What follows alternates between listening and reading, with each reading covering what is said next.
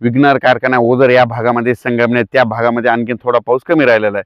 तर त्या शेतकऱ्याला सांगू इच्छितो की तुमचा पुणे जिल्हा, पुण्यामध्ये संपूर्ण पुणे जिल्ह्यामध्ये जवळपास 138 गाव काहीतरी असे पुण्यामध्ये गेलेले आहेत बघा। म्हणजे त्या पुणे जिल्हा, मुंबई, नाशिक, इगतपुरी तुमच्याकडे मात्र अति मुसळधार पाऊस पडणार आहे। म्हणजे 18, 19, 20, 21च्या दरम्यान मुंबई, पुणे, नाशिक अति मुसळधार पाऊस पडणार आहे। ओढे नाल्याला पाणी येणार आहे। म्हणून तुम्ही ह्या मुंबईकरांना, पुणेकरांना, पुणे जिल्ह्यातल्या शेतकऱ्यांनी, जनतेने काळजी घेण्याचं कारण आहे। मुंबई, पुणे, नाशिक, उत्तर महाराष्ट्राकडे खूप पाऊस पडणार आहे।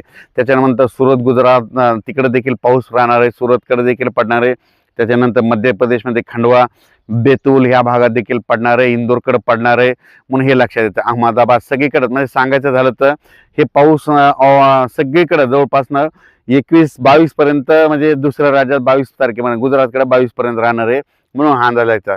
फक्त महाराष्ट्रामध्ये मात्र 20 तारखेला, 21 तारखेपासून पावसाचा जोर कमी होईल। 21, 22, 23, 24, 25 ऑगस्ट पर्यंत हवामान कोरडं राहील, ऊन देखील पडणार आहे। म्हणून त्या टायमामध्ये तुम्ही शेतीची कामे करून घ्या।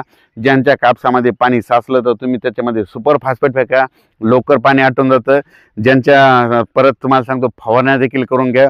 फवारण्या करण्याचं गरजेचं आहे, कारण की पाऊस उघडल्याच्या नंतर लगेच कापसावर थ्रिप्स देखील येतो। म्हणून कापसाला फवारण्या घ्या, ऊसाला खतं टाकून घ्या, कारण की राज्यात परत एकदा पाऊस येणार आहे। म्हणून हा अंदाज लक्षात।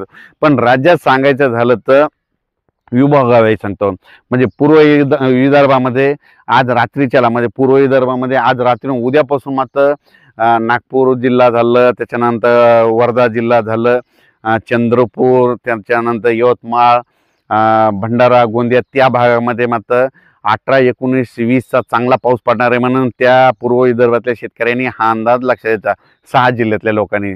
त्याच्यानंतर पश्चिम विदर्भामध्ये सांगायचं झालं तर अमरावती जिल्हा, त्याच्यानंतर अचलपूर तालुका, परतवाडा, दर्यापूर त्या भागामध्ये देखील चांगला पाऊस पडणार आहे। म्हणून त्या शेतकऱ्यांनी काळजी घेणे गरजेचं आहे। आणि ह्या पावसामध्ये तुम्हाला सांगतो की विजा कसा वाजतो, विजाचा आवाज कडकडाट होतो, पण हे आवाज तुम्हाला एक सांगू इच्छितो, याचा जसं असं बँड कसा वाजतो, ढमकन वाजतो, तसा हे विजेचा आवाज असणार आहे। म्हणून हे तुम्हाला एक माहीत असं म्हणून कल्पना दिली।